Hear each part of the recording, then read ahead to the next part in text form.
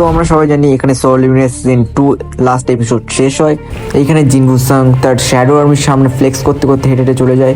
তো তোমরা কি মনে হচ্ছে এখানে কি এই ফাইটিং সিন তারপর ডানজানটাও শেষ? ফাইটিং সিনও শেষ না, ডানজানও শেষ না, ফাইটিং সিন এখন আগে চলতে থাকবে। ফাইটিং সিন চলাকালীন আজকে সিজন 3 আর এপিসোড 1টাও আমরা হচ্ছে কভার করব। তার জন্য যারা যারা আজকে চ্যানেলে নতুন তারা তারা চ্যানেলটা আগে সাবস্ক্রাইব করে নিও। হ্যাঁ, ফাও বেশি না বকে আজকে এই ভিডিওটা কভার করি। তো ফার্স্ট সিনে লরাকে দেখানো হয়। লরা আসলে এই মেয়েটার নাম, যে কি থমাস অ্যান্ড্রের সঙ্গে তখন কথা বলছিল। তো বন্ধুরা, ফার্স্ট এপিসোডে কিন্তু আমাদের থমাস অ্যান্ড্রেকে দেখানো হয়। আমরা সবাই জানি জিজু আইল্যান্ডে জিনবু আর বেরুর যে ফাইট হয় সেটা কিন্তু পুরো ওয়ার্ল্ডে ছড়িয়ে পড়ে। তো সেই সময় থমাস অ্যান্ড্রেও কিন্তু ওই ফাইটটা দেখছিল। ভিডিওটা শেষ হওয়ার পর পাশে দাঁড়িয়ে থেকে লরা অ্যান্ড্রেকে জিজ্ঞাসা করে, স্যার আপনি এই সিনটার ব্যাপারে কি ভাবেন? এই সিনটা দেখার পর থমাস অ্যান্ড্রে কিন্তু খুব ভালো রকম বুঝে যায় জিনবুই সে যে ডনসুর ভাইকে মেরেছে। এবার আমি বুঝতে পারছি ডনসু কেন বদল নিতে চাই। এরপর থমাস অ্যান্ড্রে এটাও বলে এই যা ঘটনা চলছে এর জন্য হয়তো জিনবুর সাথে আমার দেখা না হতেও পারে। তো আমাদের এই সিনে কিন্তু দেখায় থমাস অ্যান্ড্রেও কিন্তু জিনবুর সাথে দেখা করতে চায়। বাট এগেন ডনসু কিন্তু একটা কোরিয়ান হান্টার ছিল। সে পরে ইউএসএ শিফট করে আর ক্যাভেঞ্জার গিল্ডকে জয়েন করে আর থমাস অ্যান্ড্রের আন্ডারে কাজ করতে শুরু করে। তো এইসব কারণেই কিন্তু থমাস অ্যান্ড্রে জাজ করে নেয় তার জিনবুর সাথে দেখা করা খুব কঠিন ব্যাপার হয়ে উঠবে। তারপর লরা বলে, যদি এরা মারপিট করে তাহলে আপনি কি করবেন?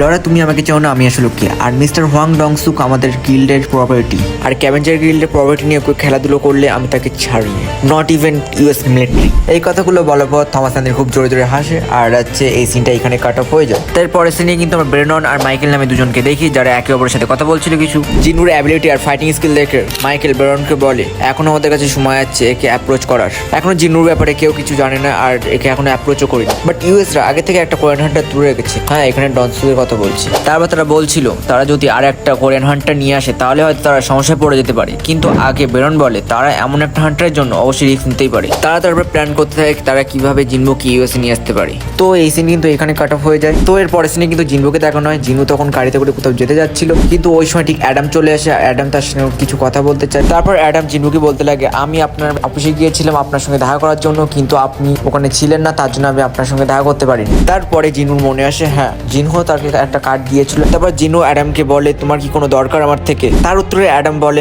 আমার কাছে এমন একটা ইনফরমেশন আছে যেটা তোমাকে দেওয়া খুব জরুরি, আর এই ইনফরমেশন এই কান্ট্রিতে আমার ছাড়া আর কেউ জানে না। আগে জিনু বলে তুমি এই ইনফরমেশন শুধু আমাকে কেন দিতে চাও? সেই কথার উত্তরে অ্যাডাম বলে তুমি খুব স্পেশাল, তাই তোমাকে আমি এই ইনফরমেশনটা দিতে চাই। তারপরে অ্যাডাম আবার বলে তার সঙ্গে দেখা করার জন্য সে একা আসার কথা ছিল, কিন্তু আপনি জিজু আইল্যান্ডে যেটা করে এসেছেন তার জন্য কিন্তু আমাদের ডাইরেক্টরও আপনার সঙ্গে দেখা করতে চায়। তারপর জিনুকে দেখে মনে হচ্ছিল সে এইসব বিষয়ে মোটেই ইন্টারেস্টেড না, কারণ অ্যাডাম তার সাথে কোনো ইনফরমেশন এখনো পর্যন্ত শেয়ার করেনি। তারপর জিনু অ্যাডামকে বলতে লাগে আমি এসব বিষয়ে ভেবেচিন্তে তোমাকে বলবো, আমি তো ভুলেই গিয়েছিলাম যেহেতু আপনি এত পপুলার তার জন্য আপনার কাছ থেকে এগুলো লুকিয়ে কোনো লাভ হবে না। তারপর অ্যাডাম বলে এটা একটা অ্যাওয়েকিং বিং এর কথা, লাইক জিনু সাং। এই কথা শোনার সঙ্গে সঙ্গে জিনু সাং কিন্তু অবাক হয়ে ওঠে আর থেমে যায়। তারপর জিনু সাং ঠিক করে সে ওখানে তাদের সঙ্গে দেখা করতে যাবে। তারপরে আমরা আগে গিয়ে জানতে পারি ম্যানেজার কিন্তু অন্য কেউ না, এ ছিল মাইকেল। তারপর মাইকেল কিন্তু জিনুর সাথে সব ইনফরমেশন শেয়ার করতে থাকে আর বলতে থাকে আমেরিকা সিটিজেনের জন্য অন্যতে যখন 1 থেকে 1.5 বছর সময় লাগে আমি কিন্তু সেটা তোমার 1 সেকেন্ডের মধ্যে করে দিতে পারি। কিন্তু তার পরিবর্তে বলে তুমি কিন্তু আমার এখানে ইনফরমেশন শেয়ার করার জন্য ডেকেছো, না কি আমেরিকান সিটিজেনের জন্য। তারপর জিনুর সামনে ভাবতে লাগে একটা অ্যাওয়েকিং বিং যেটা অন্য একটা অ্যাওয়েকিং বিং এর শক্তি বাড়িয়ে দিতে পারে, যেটাকে বলে একটা আপগ্রেডার। আসলে কি এই আপগ্রেডার?